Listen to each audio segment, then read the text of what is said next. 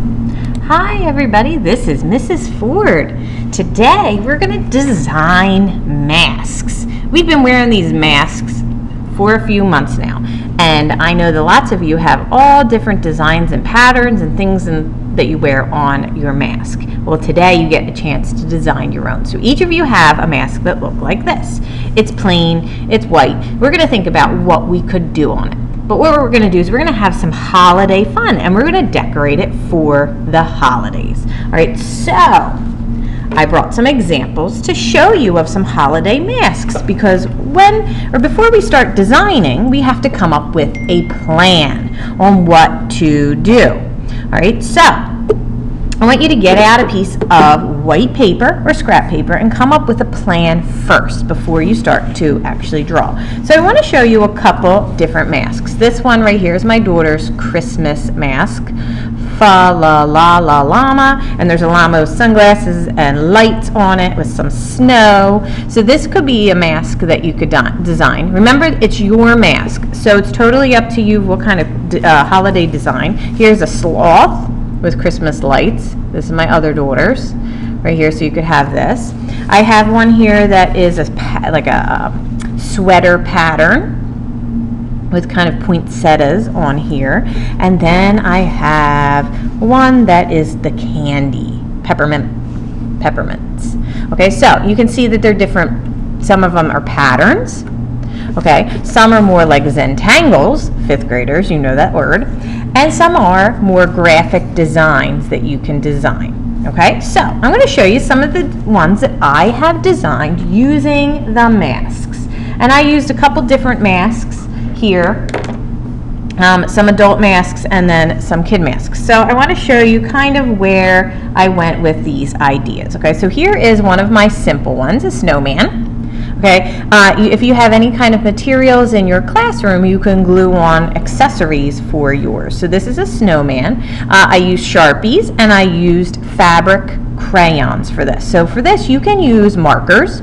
You can use fabric crayons, which I have in my art room. You can send somebody down to grab some of those, or you can use Sharpies, and you can use colored Sharpies or regular Sharpies. Here is a tree pattern with swirls and kind of polka dots, lights. All right, so here's lots of lights. This is with Sharpie and crayon to do the thing. This is one of my favorites that I created, Believe. Okay, Santa Believe. Now these are some ideas, and what I did was I came up with ideas in my head, and then as well as I did a Google search for Christmas or holiday masks, and I saw what came up with it. I did a little reindeer. Okay, so here's the pom-pom for the little reindeer. And then I did a snow globe on this one. This one is done with Sharpies and with marker or crayons. All right, so I'm going to show you some tips. All right, so here are the fabric crayons. So you can use fabric crayons, you could use Sharpies, you could use regular markers. It's just there's a couple tips when you work with fabric. You kind of have to open the fabric with your fingers as you draw.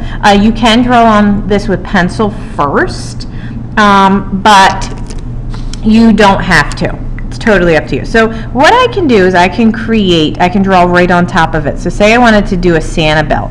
So what I would do is I would hold the fabric, and you want to make sure that you kind of stretch it with your fingers so that you can draw a straight line on here.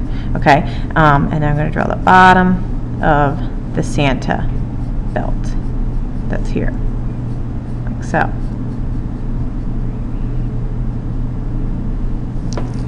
Okay, like this, and then you can change colors, or you can draw with any different kind of color you want. You just need to make sure that when you are coloring, you're pulling the fabric open, okay, and that is the only way that you're going to be able to get a really good line with the crayons or with the markers.